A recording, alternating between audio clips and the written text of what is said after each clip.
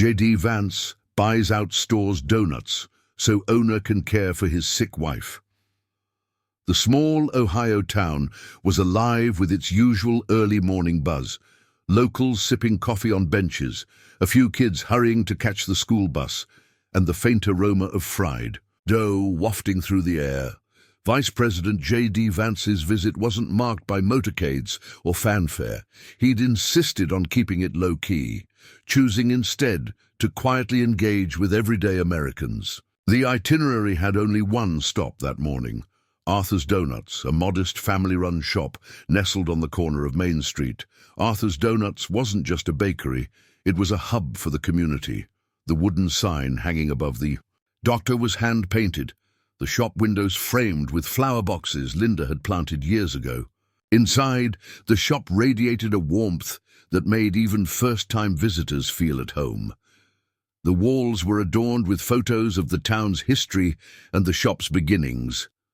Arthur and Linda, standing proudly behind the counter on opening day, a tray of freshly glazed doughnuts between them. As Vance stepped inside, a tiny bell jingled above the door. The smell of sugar, cinnamon, and freshly brewed coffee hit him immediately. A small group of regulars sat at the counter, their chatter momentarily halting when they recognized the familiar face of the vice president. Arthur stepped out from behind the counter, wiping his hands on a flour-dusted apron. "Good morning, Mr. Vice President," Arthur greeted, his tone polite but subdued. He extended a hand, his grip firm but tired. "Just call me J.D., Vance replied, offering a warm smile. "I hear you make the best doughnuts in Ohio. Had to see for myself." Arthur chuckled faintly. "That's what they say. I hope we don't disappoint." Though he was trying to keep the atmosphere light, Vance immediately sensed something was off. Arthur, a man who had built a reputation for his infectious energy and quick wit, seemed worn down. His eyes were shadowed with fatigue, and his smile didn't quite reach them. Vance had seen that look before. He'd seen it in family members, neighbors, and even in his own reflection during hard times. After ordering a coffee and a classic glazed doughnut, Vance settled into one of the booths. The shop hummed with activity around him, but his attention kept drifting back to Arthur, who was moving slower than usual, his shoulders sagging under an invisible weight. When the morning rush began to ease, Arthur approached Vance's table with a fresh pot of coffee. "Top you off?" "Sure, thanks," Vance said, motioning for Arthur to sit across from him. "You've got a great place here. It's clear how much this shop means to the town." Arthur hesitated but slid into the booth. "It's been a labor of love, that's for sure.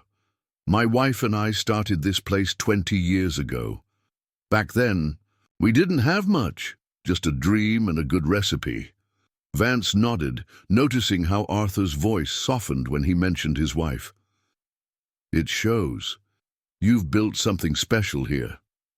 Arthur's gaze dropped to the table. "Yeah. Well, lately it's been hard to keep it going." There it was, the crack in the facade. Vance didn't press immediately, letting the silence stretch just long enough to encourage Arthur to continue. "My wife, Linda, she's been sick," Arthur admitted, his voice barely above a whisper. "Cancer. We've been in and out of the hospital for months. I've been trying to keep the shop running, but..." He trailed off, his hands gripping the edge of the table. "I'm sorry to hear that," Vance said sincerely. "That's a lot for one person to carry." Arthur nodded. "She's the heart of this place, you know. She planted those flowers outside, picked out the colors for the walls. She used to come in every morning, help with the baking. Now..." He shook his head. "Now I'm just trying to hold it together. Some days it feels like I'm failing at both, being here and being there for her." Their conversation was interrupted by the sound of the door opening. A few regulars entered, greeting Arthur with the same familiarity they always did. Arthur forced a smile and returned their greetings, but Vance could see the strain it took. As Arthur returned to the counter, the vice president observed the dynamic in the room. A few customers had overheard snippets of their conversation and were whispering among themselves. One elderly woman approached Arthur and placed a hand on his arm. "We're praying for Linda," she said gently. "Thank you, Mrs. Miller," Arthur replied, his voice tight with emotion. The words were kind, but Vance could see how they barely scratched the surface of what Arthur needed. The town cared for him, that much was clear, but the shop owner was shouldering burdens that couldn't be solved with kind words alone. For Vance, the scene struck a deeply personal chord. He thought back to his own family struggles, his mother's battles with addiction, the sacrifices his grandparents had made to keep their family afloat. It reminded him why he'd gotten into politics in the first place, to help people like Arthur, people who worked tirelessly but still found themselves at the mercy of life's challenges. As the shop began to quiet down again, Vance approached the counter. Arthur was wiping down trays, his movements mechanical. "Arthur," Vance began, "I can see how much you care about this place and your wife. But have you thought about taking a step back? Maybe closing for a few days to focus on Linda?" Arthur looked up, startled. "I can't do that. The shop's barely holding on as it is. If I close, even for a day, I might lose the few customers I have left. And we need every dollar right now, especially with the medical bills piling up." Vance nodded, understanding the bind Arthur was in. It was a dilemma faced by so many small business owners, caught between their livelihood and their loved ones. As the vice president returned to his seat, he watched Arthur interact with the remaining customers. The man was clearly beloved, but that love didn't pay bills or ease the weight on his shoulders. Vance began to form an idea, a way to help in a small but meaningful way. For now, though, he let the moment sit, observing the quiet strength of a man doing his best to keep his world from falling apart. Sometimes the greatest acts of leadership weren't grand speeches or sweeping policies. They were found in the quiet moments, in simply showing up and listening.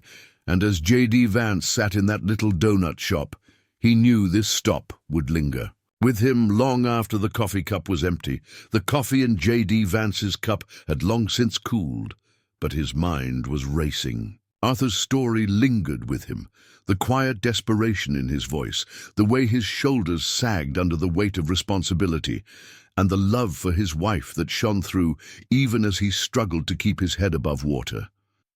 Vance knew he couldn't leave without doing something, even if it was just a small gesture to lighten Arthur's load for a day.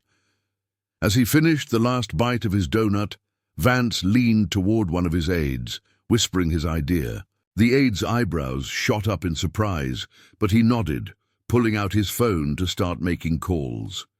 Vance, however, didn't want this to be a flashy political moment. He wanted it to be about Arthur, about the community, and about the kind of leadership that starts with listening. When the morning rush died down and Arthur stepped into the kitchen for a breather, Vance approached the counter. "Hey, Arthur," he said casually, as though he weren't about to change the man's day completely. "Got a quick question for you." Arthur looked up, wiping his hands on his apron. "What can I do for you, Mr. Vice President?" "I was thinking," Vance began, leaning forward slightly, "how about I buy out all the donuts you've got left today? Everything, coffee too. You close up shop early and take the afternoon to be with Linda."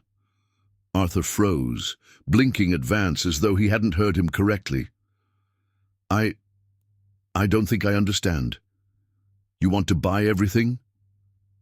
"That's right," Vance said with a smile. "Your customers have already had their morning treats, and I bet they won't mind letting you have the rest of the day to yourself. You need the time, Arthur. Let me help you take it." Arthur hesitated, his brow furrowing. That's a kind offer, but I can't accept that. The shop is how we get by. And besides, what would my regulars think if I just closed up in the middle of the day?" Before Vance could respond, a couple of customers who had overheard the conversation chimed in. "We'd think it's about time you took care of yourself, Arthur," an older man called out from his table, raising his coffee cup in a toast. A woman near the door nodded. "You've been here for all of us over the years. Let us return the favor." Arthur's mouth opened and closed a few times as he tried to process the wave of encouragement. "I don't know," he said finally, his voice trembling. "I've never closed early. Not in 20 years. Vance stepped closer, lowering his voice so only Arthur could hear. "This isn't about shutting down, Arthur. It's about keeping things going. You can't pour from an empty cup. Let me do this for you, for Linda. It's not charity. It's just one neighbor helping another." The sincerity in Vance's tone broke through Arthur's hesitation. With a deep breath, Arthur nodded, though his eyes glistened with unshed tears. "All right," he said, his voice thick. "If you really think it's the right thing to do, I do," Vance said firmly. When Vance made the announcement, the shop erupted in applause. Customers cheered as the vice president explained his plan to cover the cost of the inventory and encouraged everyone to come together to support Arthur and Linda. A few patrons even volunteered to help Arthur with errands or to take over shifts in the coming weeks. Arthur stood behind the counter, visibly overwhelmed. "I don't know what to say," he managed, his hands shaking slightly as he fumbled with his apron. "You don't have to say anything," Vance assured him. "Just go home, Arthur. Be with Linda." For the first time in years, Arthur turned the shop's open sign to closed before noon. The sound of the lock clicking echoed through the room, drawing another round of applause. Arthur paused, staring at the sign for a moment longer than necessary. It was as though he couldn't quite believe he was allowed to step away, even for a single afternoon. As he turned back to face the crowd, Arthur's voice cracked. "Thank you," he said simply, the words carrying a depth of emotion that needed no further elaboration. Within hours, news of the event began to spread. A local reporter, who had been at the shop for a casual breakfast, snapped a few photos and posted them online, sharing the story of how the vice president had stepped in to give Arthur a break. The post went viral, resonating with people across the country who saw it as a rare and heartfelt moment of leadership. Social media exploded with hashtags like "You Help Arthur" and "Doughnuts for Linda." Strangers from nearby towns called the shop to ask how they could contribute.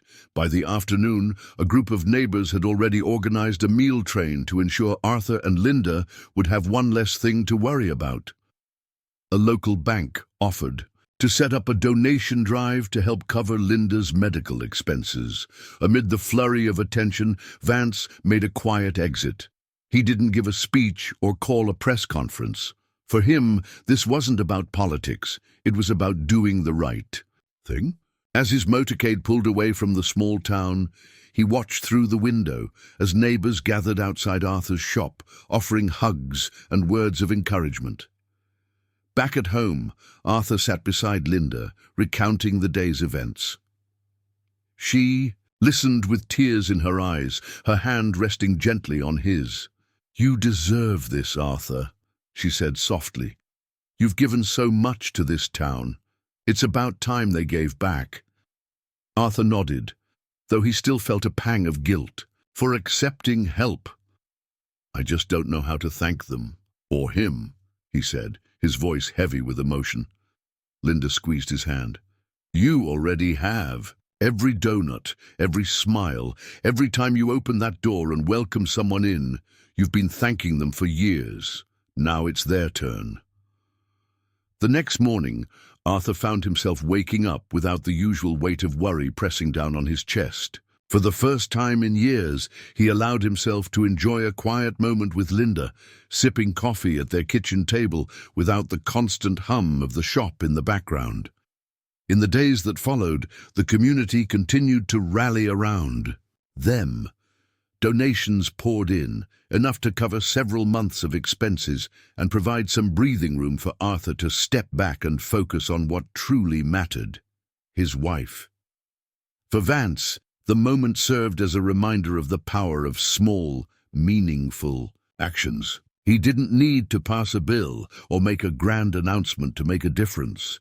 Sometimes, leadership was as simple as buying donuts and giving someone the gift of time. As the story faded from national headlines, Its impact remained in the hearts of those who had witnessed it firsthand. Arthur and Linda's story wasn't just about a shop or a single act of kindness. It was about the strength of a community and the profound difference that compassion can make. Arthur stepped through the front door of their modest house, his heart racing with a cocktail of emotions, relief, disbelief, and a touch of guilt. He had just left the donut shop for the day, locking up early for the first time in 20 years. The bell over the door jingled softly as he walked in, a sound that always seemed to reassure him when he came home. But today, that familiar sound didn't have its usual comforting effect. His mind was occupied with thoughts of his wife, Linda, and everything that had happened at the shop. Linda was sitting at the kitchen table, a steaming mug of tea cradled in her hands. She looked up at him, her face softening with recognition. "You're early," she said, her voice light but laced with concern. "How was the shop today?" Arthur's throat tightened. "Linda, you're not going to believe this." She raised an eyebrow. "What's going on?" He took a deep breath and sat down beside her, the weight of the day pressing down on him.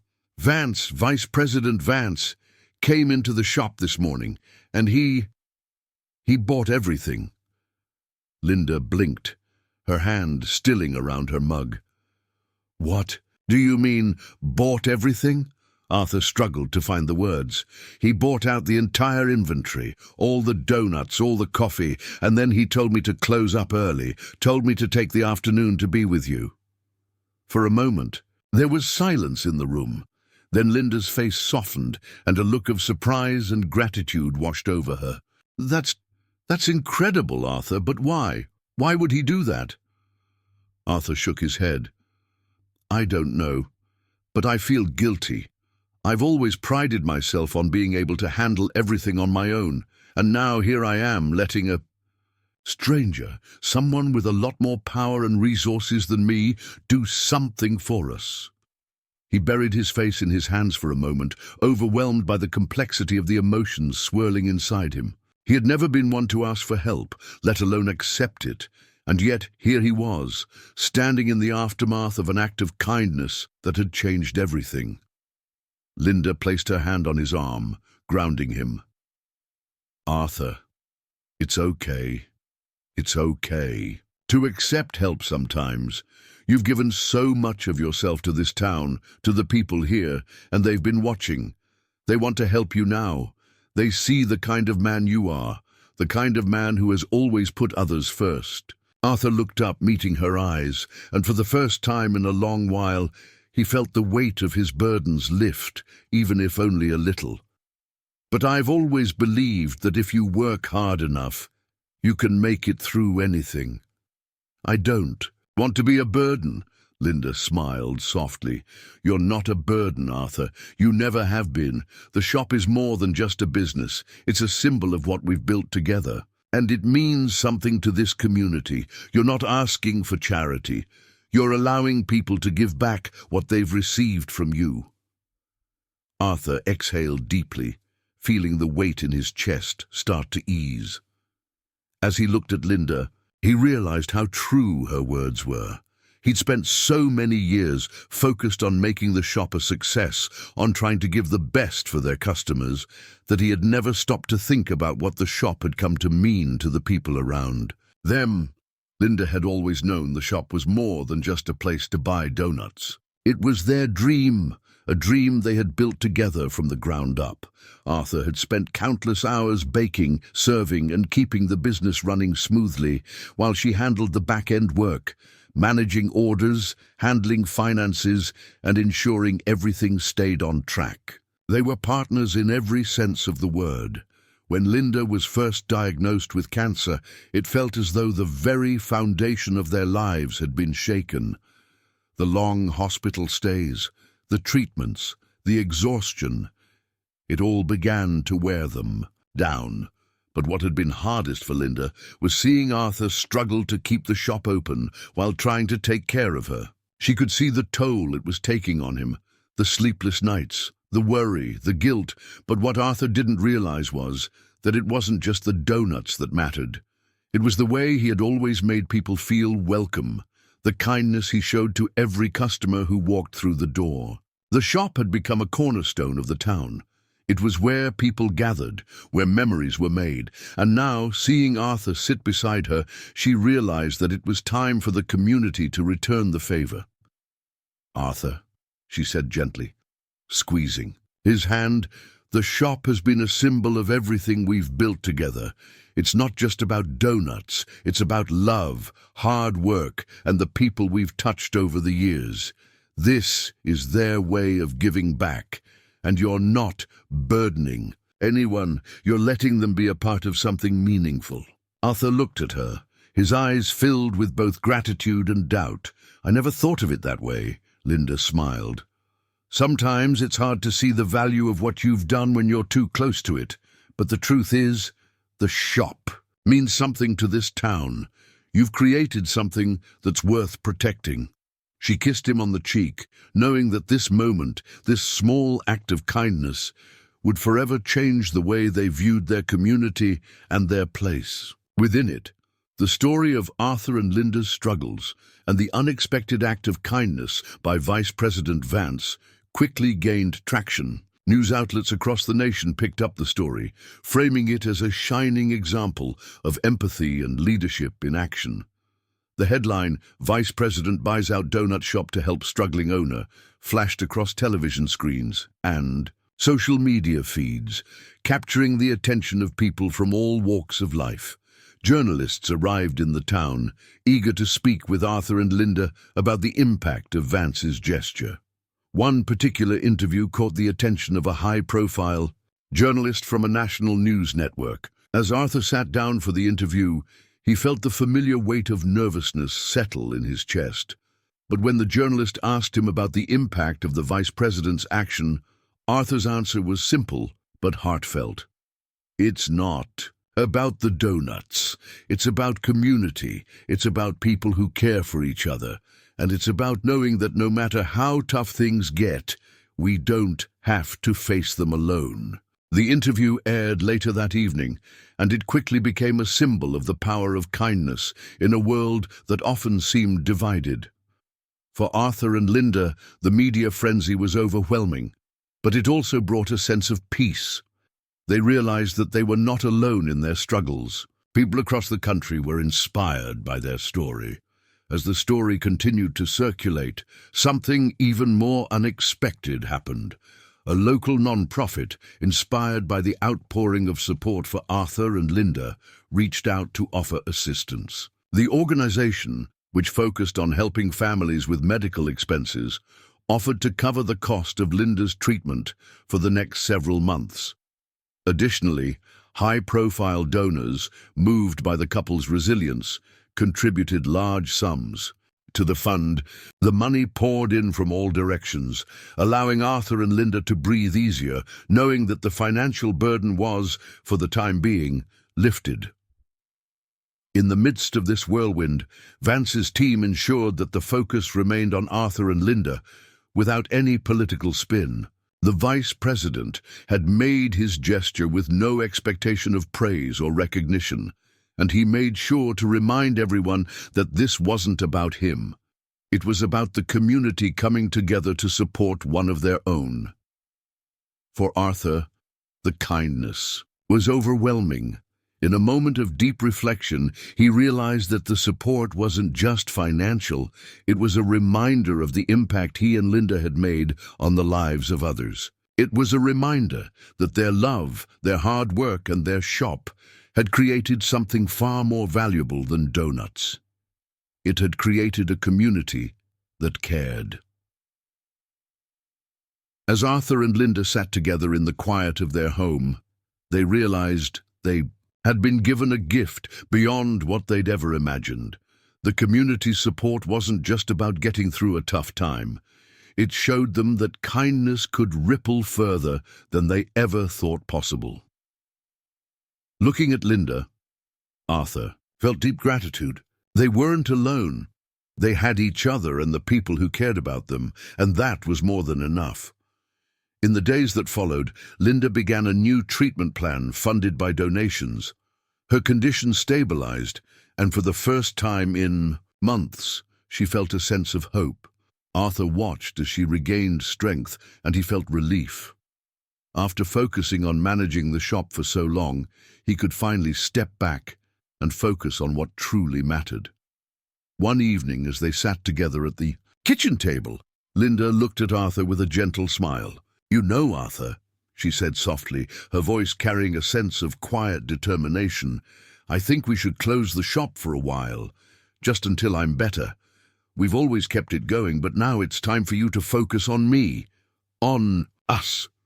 Arthur's heart tightened at the thought of shutting the door to the place they had built together. But what about the customers? What about the community?